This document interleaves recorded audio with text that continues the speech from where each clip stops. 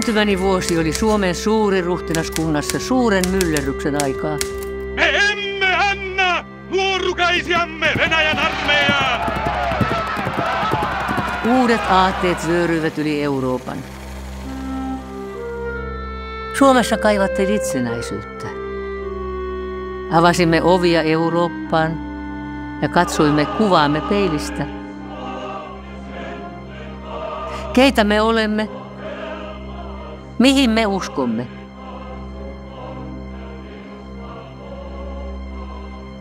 Minua tarvittiin apuun.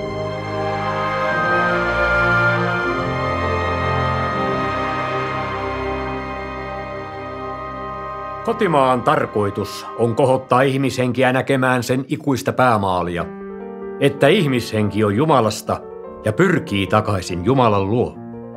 Tätä tarkoitusta toteuttaakseen tahtoo kotimaa kristillisessä hengessä Raamatun totuuksien pohjalta puolueettomasti ja asiallisesti käsitellä kaikkia kansamme terveellistä kehitystä koskevia asioita.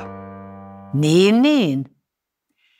Minut synnytettiin, koska tarvittiin peiliä kirkolle. Kaivattiin areena arvokeskustelulle.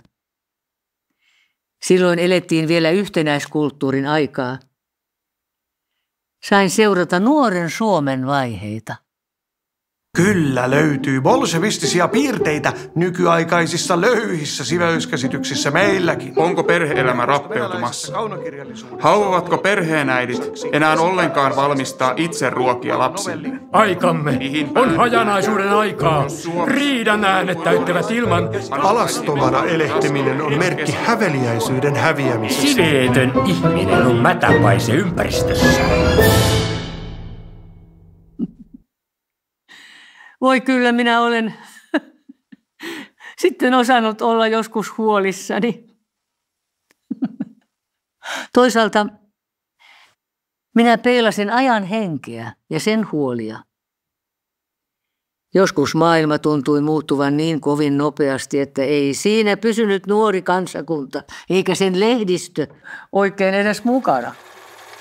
Elokuvat tuhoavat Suomen kansan siveellisen hengen. No. No, ota ryyppy sitten. Kiitos. Alkoholi on synnin ase. Voihan se joskus ollakin. Julkisyntejä vaarallisemmat ovat mielialan synnit. Kiivaus, epäystävällisyys, murjottaminen ja kateellisuus. No? On parannuksen aika. Tuo saattaa edelleenkin olla totta. Sain varttua rinta rinnan Suomen kanssa. Kasvatti-isinäni toimivat monet tuon ajan kirkolliset ja yhteiskunnalliset merkkimiehet. Juhan Jahon veli Pekka Bromfeldt, Aleksi Lehtonen, Martti Ruut, piispoja ja professoreita suurin osa. Jouduin seuraamaan myös tämän kansan raskaimpia vaiheita.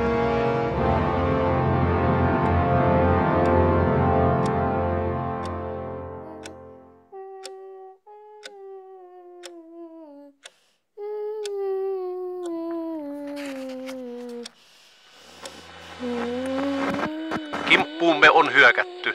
Viime torstaina aloittivat venäläiset sotatoimet Suomea vastaan.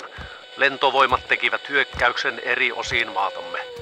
Suomi on julistettu sotatilaan. Nykyisen tilanteen takia emme voi taata toistaiseksi kotimaan säännöllistä ilmestymistä.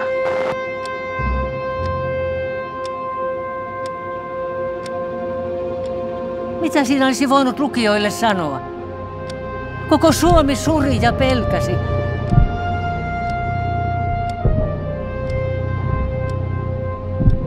Minä yritin omalta pieneltä osaltani pitää koossa tätä järkyttynyttä kansaa, jonka pientä purtta kovin voimallisesti historian aallokko heitteli. Sota tuotti paljon tietysti niin kuin surua ja murhetta ja kärsimystä, mutta se myöskin ehkä jollakin tavalla toi suomalaisia yhteen ja myöskin asemoi ehkä kirkkoa vähän uudella tavalla. Kirkon rooli ennen sotia nähnyt tämmöisen niin kuin valkoisten puolella ja näin, niin mä oon ymmärtänyt historian kirjoituksesta, että sotien jälkeen sit näitä joitakin rintamalinjoja tietyssä mielessä tuli ylitettyä sodan aikana. Ja se sitten varmasti ehkä näkyy myöskin sitten siinä kirkon asemassa suomalaisessa yhteiskunnassa, vaikka oli varmasti monenlaista kuohuntaa, mutta kuitenkin näin. Niin kyllähän kotimaan ajatus oli siis se, että kirkkokansa lukisi kotimaata. Ja Suomen Evolut-kirkkoon kuului erittäin suuri prosentti suomalaisista. Ja ikään kuin, sitä kautta siinä oli sellaista ajatusta, että koko kirkkokansa sitä lehteä lukisi. Ja sitten tietysti se olisi heille semmoinen tärkeä lehti. Siellä jossakin Karjalan hiljaisilla salomailla kokoonnuttiin eräänä maaliskuun päivänä viimeiseen Jumalan palvelukseen. Veli pastori puhui, miehet kuuntelivat vaieten hänen sanojaan. Ne sanat painuivat syvälle sydämiin, sillä veli pastori puhui Jumalasta, joka on meidän vahvin linnamme ja varustuksemme, niin sodan kuin rauhankin päivinä. Aika vieri eteenpäin. Suomi toipui ja kehittyi. Pieni kansa kulki kohti aivan uusia suuntia. Mutta pian kirkon piirissä ja minun sivuillani syttyi uusia sotia. Seuraavaksi kulttuurin piirissä kiehui.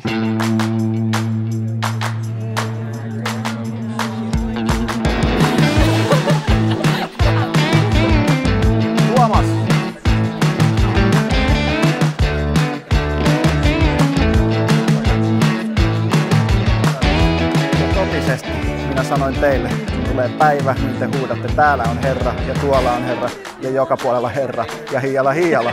Mutta te ette enää muista, että Jeesus seurustelee vakituiseen tiineen aasintamman kanssa, koska Jeesus ei ole... Katsokaa nyt heitä. Juhannustanssi ennakoi tulevaa aikaa, eli muutoksen aika oli tulossa. Ja juhannustansseissa jo nähtiin, että kirkko asettui ei sille muutoksen puolelle, vaan muutosta vastaan. Ja sen ajan kulttuuriväkeä ja nuorisoa vastaan. Kustantajan mainostamien puheiden karkeus ja tekojen estottomuus on romaanin sivuilla sen laatuista rienausta ja murrosajan eräs tuntomerkki on tavan ja käyttäytymisen kriisi. Perinne on murrosaikana halpaa tavaraa. Syntymässäni lähtien olen istunut aitiopaikalla.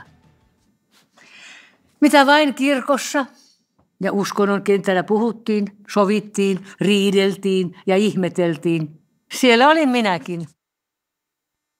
Kotimaa pyrki olemaan kummallakin puolella. Leino Hassinen ja hänen jälkeensä tulleet niin selvästikin pyrki antamaan äänitilaa myös tälle muutosvoimalle ja oppositiolle ja nuorisolle. Olet hoitanut.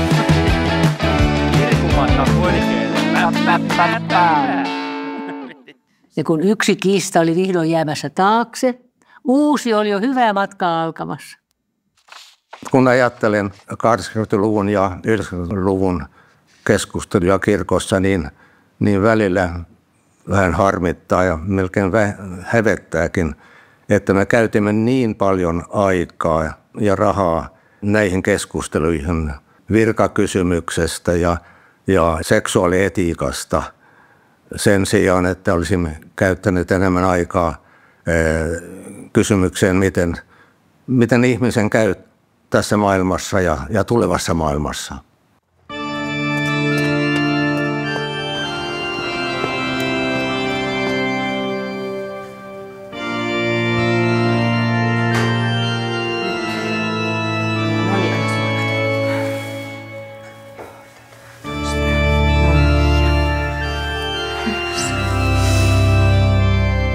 Muista, sinä olet edelläkävijä.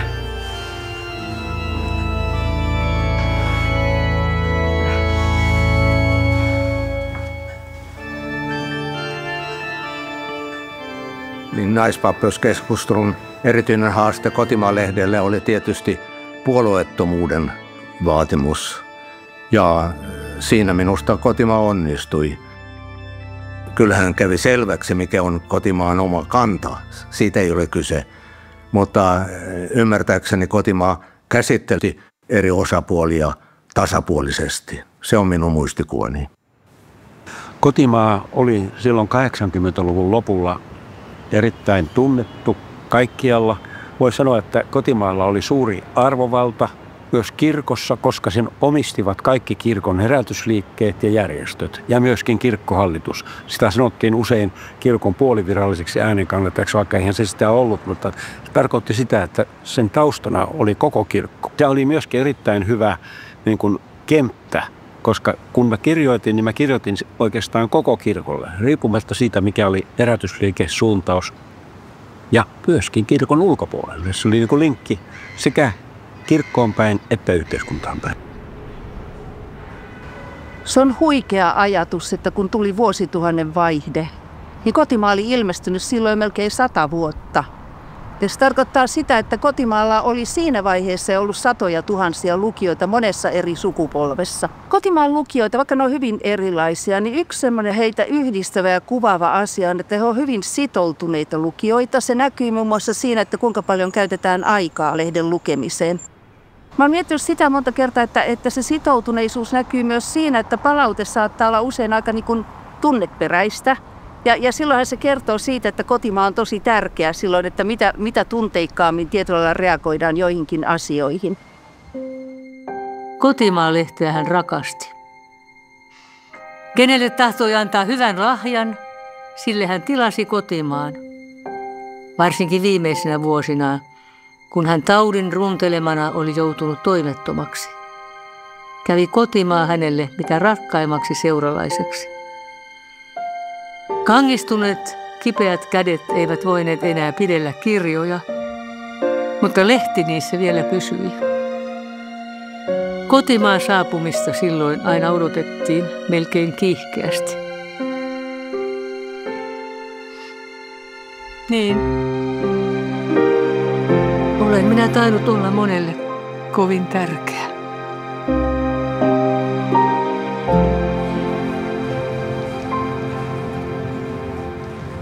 Mitä sai?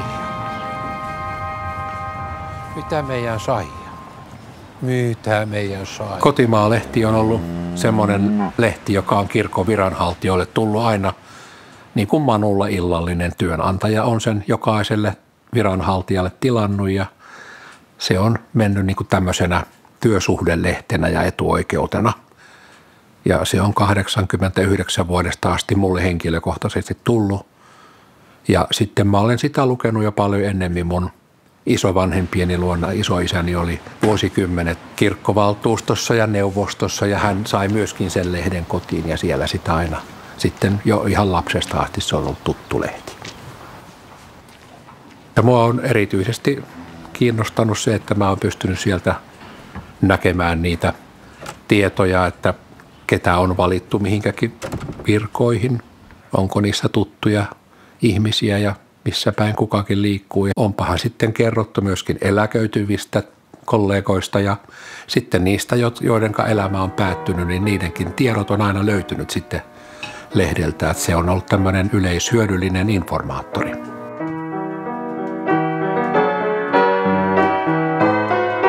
Suomalainen media on elänyt aika vahvaa muutosvaihetta, niin kuin muuallakin maailmassa media.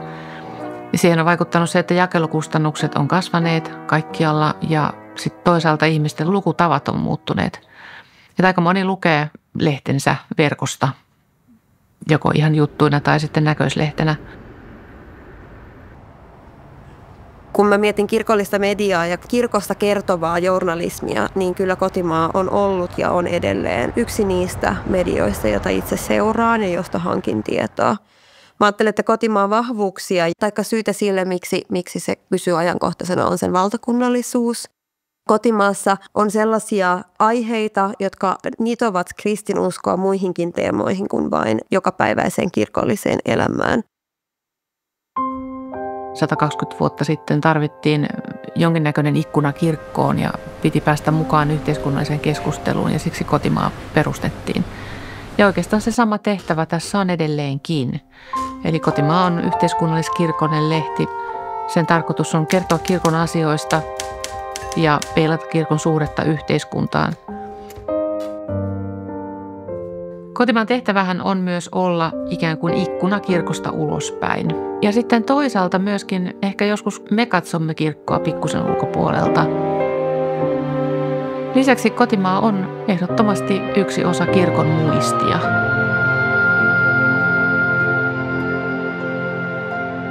Me eletään nyt sellaisessa ajassa, missä on kriisejä, hyvin syvää polarisoitumista ja kaikki tämä pitkän rauhan ajan jälkeen. Eletään aikaa, joka tuntuu monista hyvin pahalta. Ja tällaisenakin aikana tarvitaan kuitenkin tarinoita, tarvitaan uutisia, tietoa, tarvitaan luotettavaa ja sydämellä tehtyä journalismia. Ja kyllä mä näen, että kotimaa on nimenomaan sitä, että luotettavaa, sydämellä tehtyä journalismia, jonka tarkoitus on tuoda toivoa, kertoa totuutta ja viedä asioita eteenpäin.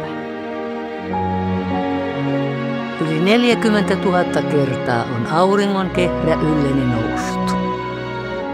Ja yhtä monta kertaa päivä on mailleen laskenut. Kiitos sinulle lukijani siitä, että olet kanssani rinnallani tätä matkaa taittanut. Mitä tuo tulevaisuus? Kukaan ei tiedä.